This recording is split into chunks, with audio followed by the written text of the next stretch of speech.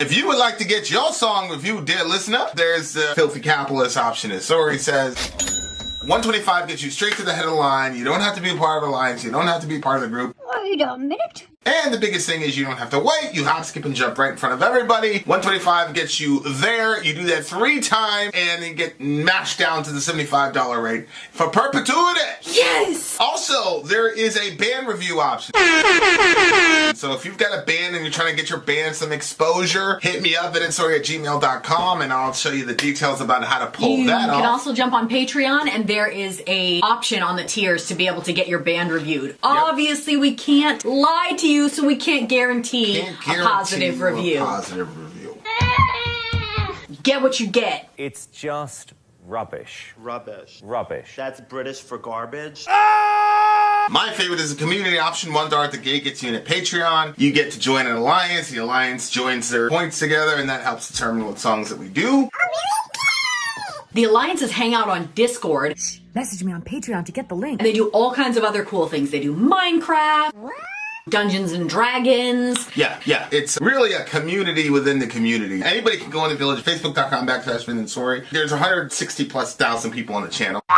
What's cool about the Discord is that it offers a real opportunity for community connection, friendship, that type of thing. And it's on Discord, so if you're not a Facebook person, it's for you. You start off at $1. Right. Plus you get exclusives. Sori and I are working on a song. So the first 15 seconds of that was on Patreon. Also, at $15 tier and above, when we actually debut the video, they're going to be there live with us. There you are, dear listener. Buy our merch.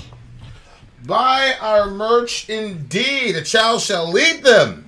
Yes, to buy our merch. Okay, first of all, this is an international stream that he's doing. Okay, so this song features a guest singer, Amy Lee of Evanescence fame. The band combines traditional Japanese instruments with rock and metal. I have trouble choosing just which performance to send, as Wabanaki's live performances are incredibly fun in all aspects. A bit about the band. Lead singer Yuko Suzuhana is an extremely talented shijin performer, and Ken Shijing is being a Japanese form of poetry recital, and Kenshibu, known as sword and poetry dancing. Ooh, fans can replace the sword in this style of dance, and she incorporates all of this in her performances. The band also features a shamisen player, shakuhachi player. It's a bamboo flute essentially. I love those flutes. And a koto player, a koto being the horizontal stringed instrument you'll see, the national instrument of Japan. Okay, there you are. Wagakkiband Band. featuring Amy Lee. Is that the one? Yeah. Excuse me, that's excellent. the one. All right, guys. Senbonzakura that's the name of the song we're doing. Wagakkiband is first, inshallah. Let's see how this goes. Wagakkiband featuring Amy Lee. Let's do it.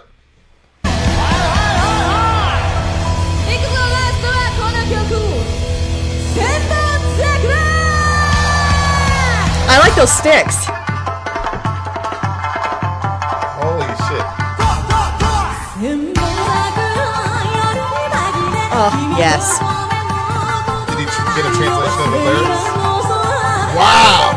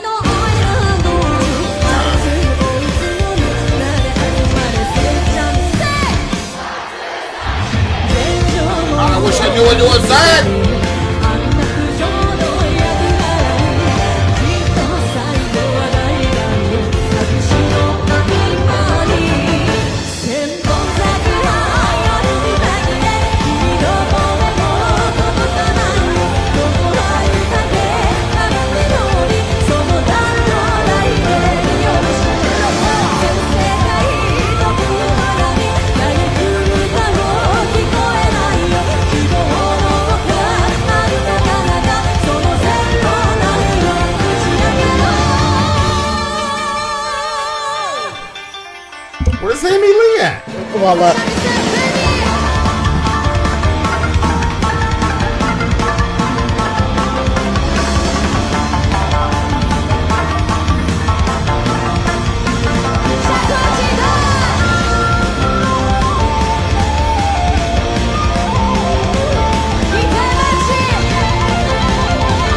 Unbelievable.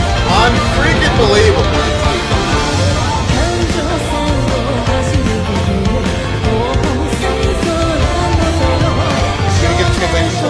Huh? Lyrics?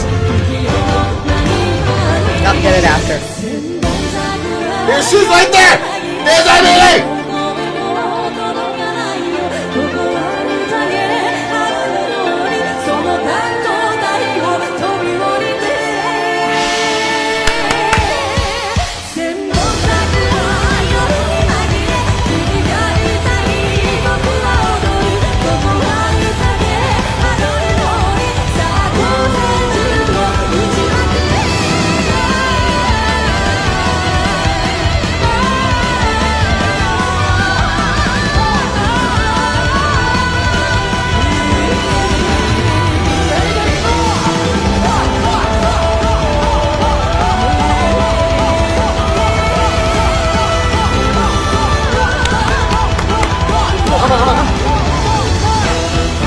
Hey! Hey!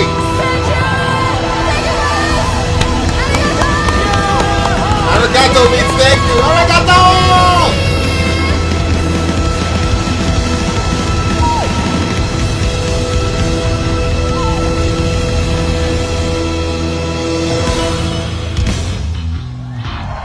Don't block us, Wow. YouTube! Don't block us! 皆さん、エミに大きな拍手を。そして WGB シンフォニックオーケストラの皆さんでした。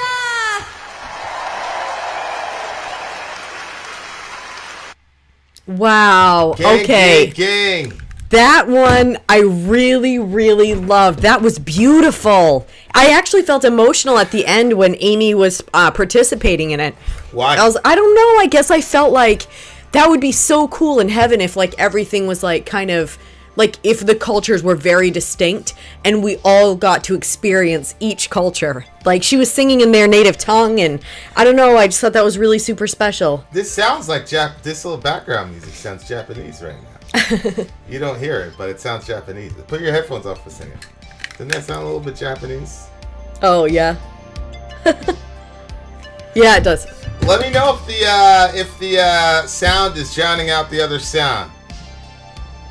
Sori is dressed old school goth. Yes, sir. Gang, gang, gang. So, wow, that was really cool. I loved all the instruments. I loved the energy. I love that she had that metal-looking fan. You know, I'm going to let you read it this time. So we've got. Looks like it's all right here. The band features a shamisen player, shakuchi player. That was the baboon guy that did the little jump in the beginning. The bamboo flute. A koto player, koto being the horizontal string instrument. I mean, it's really fascinating to me, but like how you get people from all over the world and they're not talking to each other, but they figure out everybody's figured out a way to make an instrument. Like I still feel obviously the guitar is like the peak stringed instrument of all time, like it's the GOAT stringed instrument, but it's fascinating to me that we all figured out how to do that and that we should do that. That's pretty incredible to me. DJ Franco into his house. Hey, what's up? Japanese bands are like these there's a lot of real excellence. Like I haven't seen a lot of bad Japanese bands. Maybe it's because all the Japanese bands we're exposed to are like mega bands. Like I'm sure there's probably a bad Japanese band out there. There must be. But like I've been to like small clubs, like little mini clubs. Well, not mini clubs, but like 200-300 people where people are jamming, and that is a cool experience. I've been to mid-sized, like the one we went to, I'd say was the mid-sized one. The where we saw Korn and Slipknot. I'd say that's a mid-sized one. Okay. Yeah. I mean, it was 10,000 people. I mean, that's a lot. Then there's like stadiums where like you pack out like giant facilities where there's like 20, 30,000 people. And that in itself is a whole experience. Like you see all those people with the lights and all the rest of it. Yeah, I really like those lights that I guess maybe that was to represent the swords that they usually do in their dance. That would be my guess. What that was? That's my guess. Okay. That makes a lot of sense, actually. But when you're in a crowd, everybody's hearing the same music. The music's making you feel a certain way. Thanks for the link, Amy. Like, well, is that it right there? Oh wait, 1,000 Cherry Blossoms. The translation, yeah. That was the name of the song? Yeah, that's the English translation, I guess. Okay, yeah. Send me that link. It's right there. Oh, it's right there. Do you want me to screenshot it and send it to you? Is that what you're asking for? No, yeah, just send me. I got it. Go ahead. Talk to the people. So you said that you've been to these places where they're packed right out. What did that have to do with this concert? Was this one like a major sized one that you're saying? Major sized concert. Yeah. Like, it was a really, really, really big concert. So, like, being there, like, being one of, like, a sea of people, almost, like, losing your, like, individuality because you're part of a crowd. Mm-hmm. Like, that is a really, really cool feeling. And again, like, being in small crowds is cool. That has one vibe. Being in a mid-sized crowd, that has another vibe. But being in a big, giant rock show with, like, thousands and thousands of people is just... It's just a crazy experience. Yeah, I've never done that. Yeah, you've never been able to do that. So like if you were able to like really check that would be an amazing feeling. Like you would love that. You would love that shit. Okay. So interesting. So the name of this go ahead. The other thing I liked about the song was this band was like so big that I know. That when Amy Lee came out, there really wasn't a big pop. Like, I'd have thought that... Yeah. Like, we were like, yeah, Amy Lee. But, like, it almost... I'm not going to say it didn't matter. And to Amy Lee Forever's point, it was, you know, it was like 10 seconds at the end. Obviously, a little bit of an exaggeration, but 20 seconds at the end. It wasn't that big of a deal. But, like, the whole crowd was, like, not really that blown away by it, and I would have like lost my mind, like, oh my god, it's Amy Lee. So that was interesting. I was like, oh, okay, so is that just because she was guesting or what? I don't know. Well, what I thought was interesting is that, you know, like for me, Amy Lee always kind of like puts her voice like really out there for you. Yeah. But this band was so good that it almost sounded like she just kind of came in as a second vocal. It didn't feel like, and it didn't seem like, and it felt like, so like the lead vocalist kind of did like this thing and stepped forward, and Amy Lee like she took the like sort of the backstage to the other artist, which I thought was really crazy but also really cool. Like it didn't seem like she was like, I must be featured even here on your stage, you know? Like it felt like she understood who she was and where she was, and she respected the other artists and what she was a part of. And, you know, I could be completely wrong, but she looked like she was there for the experience. And, you know, she sang in their native tongue, and I just thought that was really cool. I really liked that. Badass. Yeah. Because, like, if you looked at her hand movements, like, she was, like, singing it with some conviction. So, I'm like, okay, it looks like she took the time to figure out what the words she was singing actually meant, which I thought was pretty. I thought that was pretty cool of her. You know, and this like, take the time to learn it. It seemed like it's a song like that all the people were feeling. Like the crowd seemed like it really responded to this song. Amy said that this was the last song in the set, which is usually the big song. Yeah. Right. So like that was a big song. I was just like blown away by how big that crowd. I'm amazed when I see bands. This is gonna be funny that I've never heard of that are like that have these massive crowds, because it makes me think to myself like, what the hell was I thinking? Or like, It's amazing to me that people could be enjoying all this music in like the thousands, and your band is so big you can draw like it must have been 25,000 people there, and then us on the other side of the world had no clue they existed. I know. That's like it's weird. It's like it's a cool experience to think like. Did you put this one? That makes me feel actually really hopeful because I'm like, okay, like we haven't run like come close to running the gamut of all the genres, all the things, all the good bands, that type of thing. Which also makes me feel very fortunate about our model and things like that, so that we're not stuck having to do Metallica, Ghost, Slipknot. You know what I'm saying? Yeah. Like, no disrespect to other channels. Shout out to other reaction channels, but like. Because everybody's got to eat, but I'm glad that we have a model where we don't have to get stuck doing the same songs and the same bands. Because if we did, I would literally have never discovered. We've never seen this, which is impacting obviously so many freaking people. So it was so beautiful. It was so beautiful. I love that what I believe is their traditional dress that they were in. Their instruments, I don't know, that was just really, really, really unique. I really like that. And wow, can you imagine having that many people as part of your band? Like, how do you make any money? Well, I don't know if it was. Obviously, there was an orchestra and stuff like that. Yeah. A lot of times bands will do that. They'll have the core band, and then there'll be like some big production orchestra. Yeah, but you must have to pay the orchestra. It's not like you're like, gee whiz, let us do this for free. Yeah, but if you can bring 25,000 people to a stadium, they'll be okay.